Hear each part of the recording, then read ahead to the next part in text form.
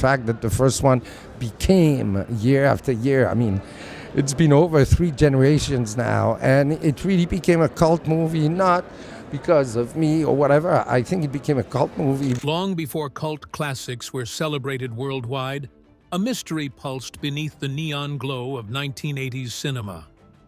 Christopher Lambert stepped into the immortal role of Connor MacLeod with a secret only a handful ever sensed, something woven into his performance, hidden between the sword clashes and timeless battles. Fans admired the legend, but they missed the subtle truth that shaped every frame, every stare, every choice he made. Now, decades later, Lambert finally reveals the detail most viewers never realized. So, what exactly was the secret behind Highlander's enduring power? The hidden truth. Christopher Lambert finally reveals.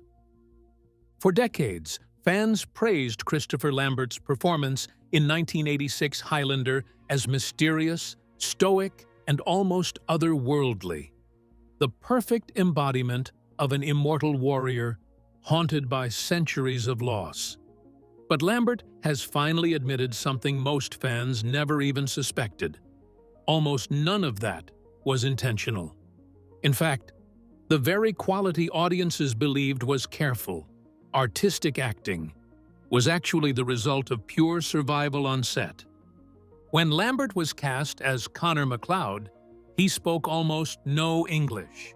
Producers loved his look, his presence, and the quiet intensity he brought to his audition, but they had no idea just how limited his English was. Lambert later explained that during his first week on set, he couldn't understand 80% of what anyone was saying. Instructions, emotional cues, and even basic dialogue went over his head. To compensate, he learned every line phonetically, memorizing sounds, not meanings. He compared the process to learning music, not learning language. Fans always assumed his unusual speech patterns were an intentional directorial choice, a way to emphasize Connor's ancient origins. The accent, the slow delivery, the strange pauses, they all made Connor feel like a man out of time. But Lambert says the truth was far less romantic. He was terrified of mispronouncing words he didn't understand. Every line was a sound puzzle he had to decode and deliver without breaking rhythm. That fear produced the same distant, haunting quality audiences celebrated. He revealed that during intense emotional scenes, he often didn't understand what his co-stars were saying. Instead, he reacted to tone, the music of the language, as he described it. Ironically, this often improved his performance. As Connor MacLeod, an immortal who had traveled across centuries and cultures, Lambert's disorientation naturally matched the character's inner world. The confusion in his eyes, the quiet searching, the stillness, was not carefully crafted acting. It was genuine. This revelation shocked many fans, because Lambert's portrayal became one of the film's most iconic strengths. Director Russell Mulcahy even embraced Lambert's linguistic struggle, using translators to guide him through scenes while allowing his natural uncertainty to shine on camera. Co-star Clancy Brown said Lambert sometimes delivered lines that didn't quite make sense. Still, the emotional truth was always there, raw, unpredictable, and strangely perfect for an immortal warrior who speaks languages from forgotten centuries. Lambert admits he felt isolated at the beginning of production, surrounded by native English speakers, confused by the script, and thrown into chaotic fight sequences. He often worried he was failing the role. Yet that vulnerability became the emotional backbone of Connor MacLeod. Fans saw a man burdened by eternity, unsure of the world around him, when in reality, Lambert was simply uncertain of the words being spoken. But if his uncertainty shaped the character so perfectly, what other accidents in Highlander weren't accidents at all? Let's find out why Highlander looked the way it did and what Lambert says fans missed. Christopher Lambert has often said that one of the biggest misconceptions fans have about Highlander is that its wild, dreamlike visual style was the result of deliberate artistic planning.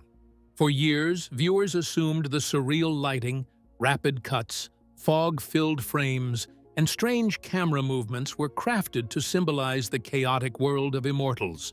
But Lambert has now revealed the truth. Almost none of it was planned. What fans interpreted as visionary visual storytelling was, in many moments, the product of improvisation, inexperience, and pure on-set chaos. The film's director, Russell Mulcahy, had never made a feature film before. His entire career came from the world of 1980s music videos: Duran Duran, Elton John, The Buggles. Producers hired him because they wanted something flashy, something with style. What they got was a director who arrived on set with energy and ambition, but absolutely no idea how to shoot a sword fight. Lambert recalls that Mulcahy brought the attitude of a music video director onto a fantasy action film, and the result was something no one had ever seen before. Mulcahy didn't use storyboards. He didn't map out sequences. He didn't pre-plan angles. Instead, he shot what he thought looked cool in the moment. Fog? Use more. Lights? Move them around randomly. Camera? Tilt it, shake it, strap it to something unusual. Lambert explained that many scenes were created on the spot. The actors walked onto a set without knowing where the camera would be or what the scene's tone should be. That spontaneous approach created a visual style that felt raw, unpredictable, and electric. Fans have long believed the movie's surreal atmosphere was crafted to reflect the immortal's inner world, timeless, disconnected, and unstable. But Lambert says the truth is far more straightforward. Russell was making it up as he went. What the audience interpreted as symbolism was often just experimental filmmaking, and the experimental style wasn't limited to shots and lighting. Much of the intense energy on screen came from physical danger. Real danger. The sparks that fly during sword fights? Those weren't effects added later. The crew wired metal swords to hidden batteries so that real electricity arced when the blades collided. Actors were shocked. Hands were burned. Lambert's sword snapped during rehearsal, nearly hitting him in the face. Clancy Brown had his weapon blasted out of his grip by an unexpected electrical surge. Lambert says the atmosphere on set felt unstable in the best and worst ways. Scenes involving lightning were filmed using real Tesla coils, sending sparks through the air, and sometimes onto equipment. These weren't safe, controlled Hollywood effects. They were unpredictable bursts of power that contributed to the film's intense, gritty tone. What fans perceived as a stylized, surrealistic cinematic vision was, in reality, a combination of filmmaking chaos and survival instinct. Mulcahy's improvisation created a world that felt disorderly and alive. The actors' reactions, the flinches, the tension, the confusion, were real. Lambert sums it up best. The confusion on screen wasn't acting, it was real. The very soul of Highlander, its strange, electric, fever dream texture, was born not from careful planning, but from a young director experimenting in real time and a cast reacting to unpredictable, often dangerous circumstances. It was art by accident, and fans never knew. But if all that chaos shaped the film's soul, what else about Highlander's legacy have fans completely misunderstood? Keep watching. The chaos that accidentally made a classic. If Highlander looked chaotic on screen, that's because the chaos behind the scenes was even bigger. Christopher Lambert often laughs when he recalls the early days after the film's release, because for all its cult status today, Highlander was never expected to succeed. In fact, during its first run in the United States, it was considered a complete disaster. Reviewers didn't understand the tone. Critics dismissed it as a confusing fantasy experiment, and the studio had no idea how to market a film that blended immortals, sword fights, rock music, and ancient mythology with neon-lit city battles. The film barely made $13 million in the US box office, a painful return for something that had demanded so much from its cast and crew. Lambert remembers reading the early reviews and feeling both confused and disappointed. After all the injuries, the electric shocks, the freezing landscapes of Scotland, and the long days spent fighting with heavy metal swords, he thought audiences would at least appreciate the effort. Instead, American critics complained that the movie made no sense. One critic even described it as MTV with swords, not knowing how accurate that insult truly was. But here's where the story takes a turn worthy of the immortal warriors it portrayed. Highlander refused to die. Lambert explains that while the film struggled in the United States, international audiences embraced it immediately. In Europe, word of mouth spread like wildfire. In Japan, fans became obsessed with the blending of tragedy, style, and Queen's electrifying soundtrack. The film's unusual visual language, born from Mulcahy's improvisational approach, resonated far more with overseas viewers who saw the stylistic chaos not as a flaw, but as something unique and exciting. Lambert says he realized then that the film had a pulse that didn't depend on critics. It had found the audience it was destined for. And then came the real resurrection. VHS.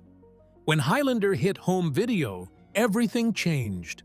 College dorm rooms, comic conventions, and late-night watch parties turned the obscure film into a secret treasure. People rented it repeatedly, then bought their own copies.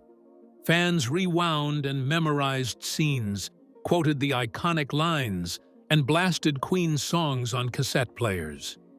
Lambert remembers traveling during this period and being shocked that crowds suddenly recognized him, not because the film had been advertised, but because they discovered it on their own terms. That underground explosion transformed the movie's reputation. What critics had dismissed became a cultural phenomenon.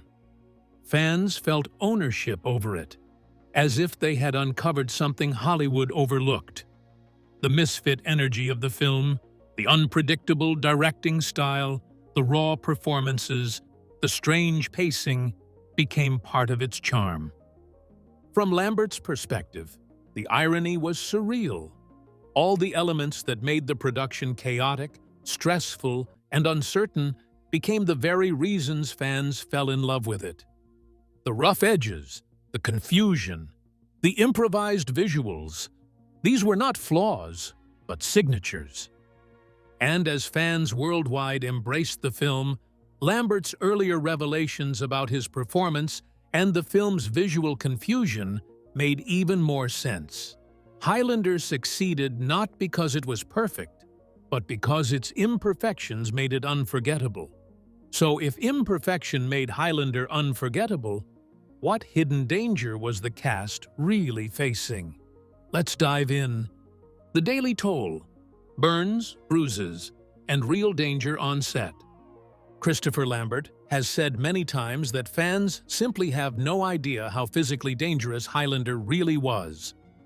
While viewers admired the gritty realism of the sword fights and the explosive energy of the battles, very few realized they were watching scenes fueled by real bruises, real cuts, and real fear. The production didn't just look intense, it was intense. Lambert explains that filming often felt less like making a movie and more like trying to survive a series of unpredictable hazards that no one had prepared for. One of the most notorious dangers came from the sword fight sequences. To create the iconic sparks that burst from clashing blades, the crew wired metal swords to hidden car batteries. The idea was visually brilliant. Real electricity would arc every time two blades connected. But Lambert says the execution turned the set into something resembling a live electrical experiment. Every clash came with a jolt. Actors felt the heat through their palms. Hands blistered. Metal grew scorching hot within seconds. During one rehearsal, Clancy Brown's weapon was hit with such a strong surge that it flew straight out of his grip and skidded across the floor like a lightning-struck spear.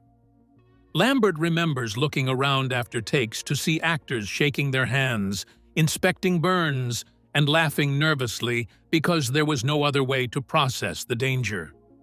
Then came Lambert's own injury, the moment that changed the way he approached every fight scene afterwards. During an intense duel, one of the prop swords shattered. A shard of metal shot through the air and struck Lambert directly in the eye. Filming stopped instantly. He was rushed to a nearby hospital, where doctors told him that the fragment had missed his cornea by mere millimeters. A fraction of an inch deeper, and the actor who played the immortal Connor MacLeod might have permanently lost his vision. Lambert returned to set with one eye partially covered and continued filming. Even though every movement, swing, and block felt riskier than before. That wide-eyed intensity fans praise in the film's later battles? Lambert now admits that much of it came from genuine fear of being struck again. Clancy Brown, who played the terrifying Kurgan, added an entirely different layer of danger. Known for his massive frame and full commitment to the role, Brown approached each fight like a real warrior. During rehearsals, he accidentally sliced through a safety mat with one overly forceful swing, a reminder of how powerful the blows truly were. Stuntmen frequently stepped back after close calls, shaking their heads because Brown's strikes were simply too strong to predict. Lambert recalls moments where Brown's character lunged with such ferocity that even seasoned fighters flinched. All of this created a physical environment that fans never suspected. Every spark was real. Every grunt came from genuine pain. Every look of exhaustion came from hours of demanding physical work under unsafe conditions. Lambert often says that when fans marvel at the authenticity of the battles, he wants them to know the truth. We weren't acting tough. We were tough because we had no choice. The danger was constant, the injuries frequent, and the tension on set palpable. Yet that same danger became part of what made Highlander unforgettable. The daily toll paid by the cast, through burns, bruises, and near disasters, forged the film's legendary realism. Lambert's recollections make it clear. The pain behind the scenes became the power audiences saw on screen. But after surviving that level of danger, what challenge could possibly hit Lambert next? Ready to find out. When the battle became real. By the time cameras rolled on Highlander, Christopher Lambert had already realized he was stepping into a production unlike anything he had imagined. He wasn't just learning a role, he was learning an entirely new language, training with weapons he had never held before, and preparing for some of the most physically demanding scenes of his career. And he was doing it all while barely speaking English. Lambert recalls that the preparation process felt like being thrown into an elite combat unit without a briefing. Every instruction, every correction, and every warning had to be interpreted through translators or gestures. Before I understood the words, he said, I had to understand the movement. One of the most punishing elements of preparation came from the sword training. These weren't lightweight prop swords crafted from safe materials. The production used real metal blades, heavy, dangerous, and capable of doing real damage. The cast had to grow comfortable swinging them with full force, blocking blows and trusting that their co-stars wouldn't misjudge a strike by an inch. Lambert didn't have the luxury of understanding detailed choreography notes, so he learned largely by watching and repeating, mimicking the movements until they became instinctive. What fans interpreted as a warrior's silent discipline was actually the result of a language barrier forcing Lambert to communicate through motion. The fight choreography itself was unlike anything actors were used to at the time. Because director Russell Mulcahy came from the world of music videos, he insisted that many of the duels be choreographed to music. Sword clashes were timed like drum beats, footwork matched rhythmic patterns, and entire sequences were designed to move like a deadly dance. The problem? None of this eliminated the danger. Instead, it increased it. Actors had to strike hard, swing wide, and commit fully, all while hitting their cues with musical precision. Lambert and Clancy Brown performed most of their action scenes without stunt doubles. Mulcahy wanted audiences to see their faces during the battles, to feel the exhaustion and desperation in real time. That decision meant Lambert had to build the stamina of a real swordsman. On many days, he trained for hours before filming even began, only to continue fighting until the lights were shut down. He often finished days with arms shaking from fatigue, shoulders aching from the weight of the blade, and wrists sore from repeated impacts. The rawness fans admire in Highlander, the uneven breath, the strained muscles, the sense that every swing could be the last, came from this relentless preparation. Lambert wasn't pretending to be out of breath. He was. He wasn't acting like the sword was heavy. It was. The battles didn't look real because of effects or editing tricks. They looked real because the actors were fighting, sweating, and pushing their limits with every take. In Highlander, the battle became really long before the cameras started rolling. So after pushing his body that far, what deeper sacrifice was Lambert forced to face next? Let's uncover it. Lambert's ultimate commitment. The immortal who kept bleeding. Christopher Lambert's commitment to Highlander went far beyond memorizing lines he didn't understand, or perfecting sword sequences choreographed like musical performances. What truly astonished his fellow cast and crew was how he pushed through physical pain that would have sidelined most actors. Lambert has openly shared that the production left him bruised, burned, exhausted, and at one point, dangerously close to losing his sight.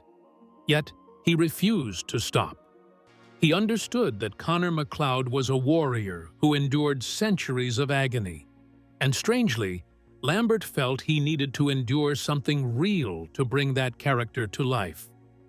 After the metal shard flew into his eye during a duel, doctors ordered him to rest.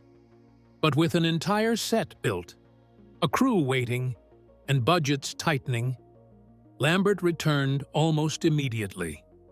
He performed scenes with his vision impaired, depth perception thrown off, and pain flaring every time bright lights hit his injured eye. The intensity fans saw during the final battles, that narrowed gaze, the tight jaw, the barely contained frustration, was as authentic as it gets. Lambert wasn't acting. He was navigating the set like a man trying to see through fog. His hands were blistered from electrically rigged swords. His legs were bruised from fighting on uneven Scottish terrain. His shoulders stiffened from swinging heavy blades through cold, wet air. But Lambert embraced the suffering. He later said, "Connor lived through centuries of wounds. I lived through months of them. It was my way of understanding him." The hardened emotional tone of his performance emerged naturally from the physical toll the film took on him. Perhaps his most powerful reflection was this: "Every cut in the film cut me back." Lambert wasn't just playing an immortal, He was proving one scene at a time that he could withstand the torment required to become one. But if Lambert survived all that personal pain, what shocking on-set dangers were still waiting?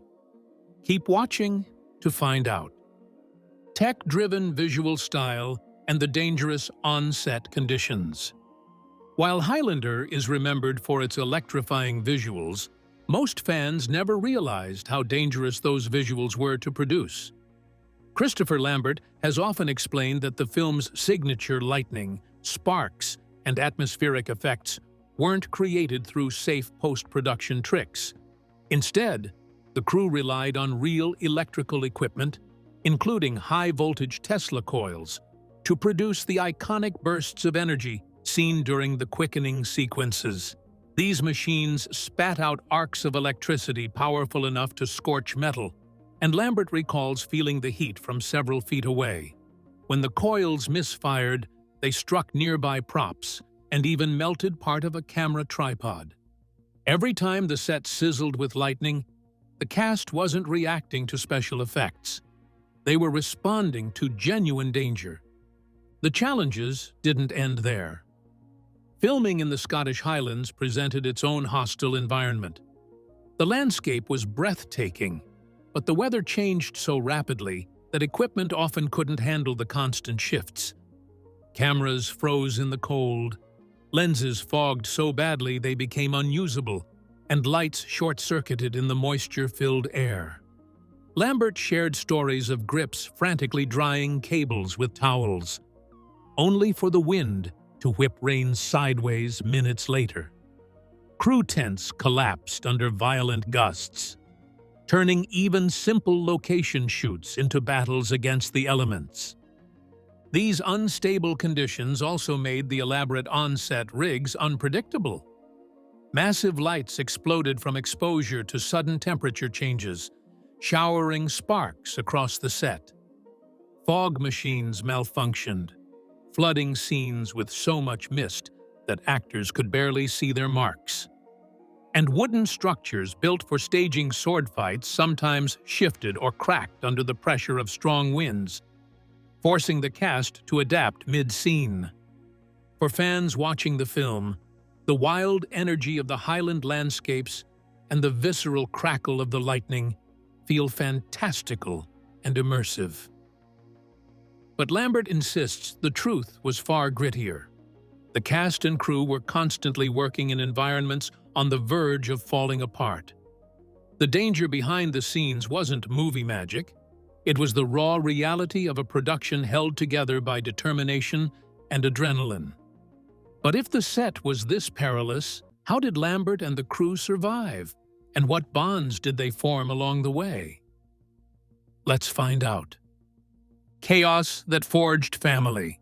Despite the intense danger, punishing weather, and constant unpredictability of the production, Christopher Lambert often says that one of the greatest gifts Highlander gave him was a sense of brotherhood.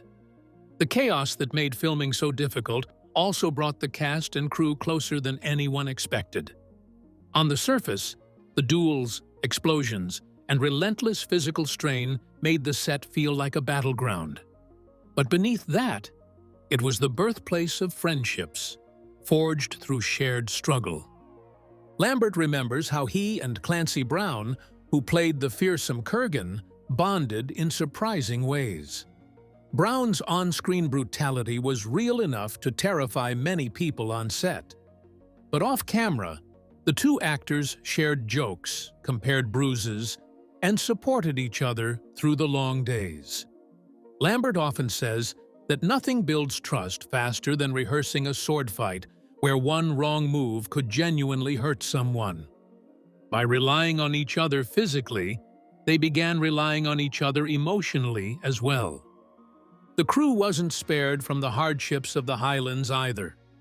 Everyone battled the same icy winds, unpredictable storms, and exhausting terrain. The shared experience created a sense of unity. Grips, electricians, camera operators, costume designers, fighters, and actors all working under the same brutal conditions. Lambert recalls evenings where everyone huddled around makeshift heaters, drying soaked clothes, and sharing stories from the day. Those moments, he says, felt like a camp of warriors resting between battles. And then there was Queen. Their presence was a different kind of morale booster. Even though the band often worked separately, their music pulsed through the production. Lambert said hearing early versions of Princes of the Universe or Who Wants to Live Forever filled the cast with energy. The songs made the story feel larger, more emotional, and more meaningful. It reminded the actors that beneath all the danger and exhaustion, they were creating something special. In the end, the camaraderie that formed behind the scenes became one of the film's hidden strengths. The bonds forged through hardship added authenticity to every duel, every emotional moment, and every weary look. Lambert's revelations about the chaos of production become even more powerful when paired with this truth. Highlander wasn't just a movie. It was an experience that turned its cast into a family. But if that unity shaped the Highlander we know, what vanished truth about the film's lost version? Are you ready to uncover? The Lost Highlander. Among all the mysteries surrounding Highlander, one of the strangest stories comes not from the battles or the stunts, but from what audiences were never allowed to see. Christopher Lambert has often spoken about this, expressing a mix of curiosity and disbelief. The original version of Highlander was far longer, darker, and more tragic than the film the world knows today. The first cut ran over 2.5 hours, packed with flashbacks exploring the origins of other immortals and a richer emotional history for Connor himself. However, when studio executives panicked at the runtime, they ordered the film reduced to under 2 hours. What followed was what director Russell Mulcahy called a massacre. Entire storylines vanished. Emotional beats were ripped out. Scenes that once gave depth and clarity have become fragmented. Early test audiences had watched a version of Highlander that no longer exists, a version Mulcahy said felt more operatic, less like the fast-paced music video energy the final cut became known for. And then the strangest twist. The missing footage was placed in a London vault, only to disappear during an MGM corporate merger. To this day, fans call it the Immortal Cut, and rumors persist that fragments might survive in overseas prints. Mulcahy himself admitted he hasn't seen the original since 1986. But as unusual as that sounds, nothing compares to the abandoned storyline that almost changed the entire franchise, the alien origin. Early drafts described immortals as exiles from a distant planet called Zeist, a concept forced by producers desperate for a more cosmic mythology. Mulcahy hated it. Test audiences laughed at it, and it was scrapped, until it resurfaced disastrously in Highlander 2, the quickening, widely considered one of the worst sequels ever made. Lambert summed it up bluntly. We weren't aliens, we were just cursed. Between the missing footage and the discarded alien lore, Highlander became a cinematic legend of what was, and what might have been, reminding fans that even immortals aren't immune to studio chaos. How Highlander changed Christopher Lambert's career forever. Christopher Lambert has repeatedly admitted that Highlander didn't just elevate his career, it completely redirected it.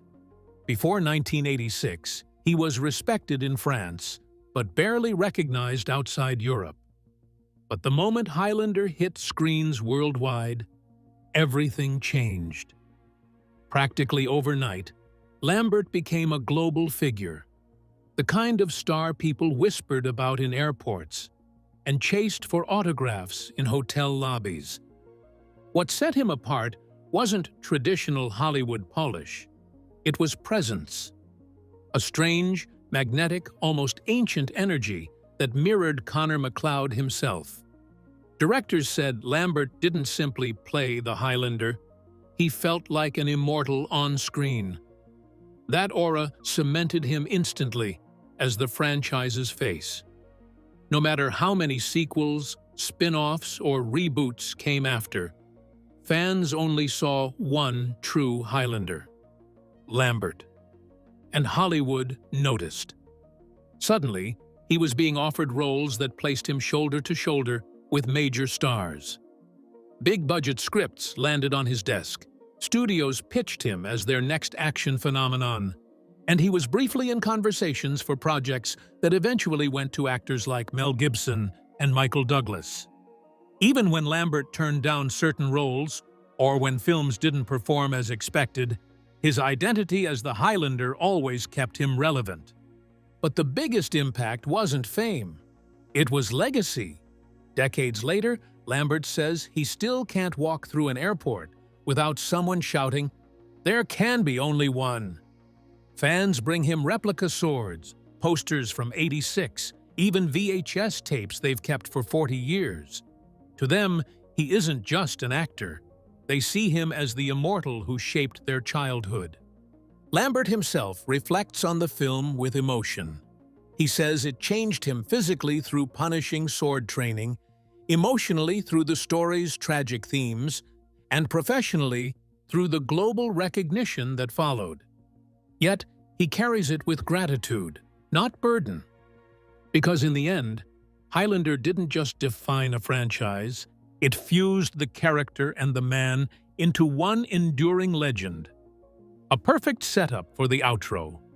Decades pass, but Christopher Lambert and Highlander remain eternally linked. So, what do you think really lies behind Lambert's mysterious Highlander revelations? A hidden truth or something fans overlooked for decades? We'd like to hear your theories in the comments. Don't forget to share your thoughts below.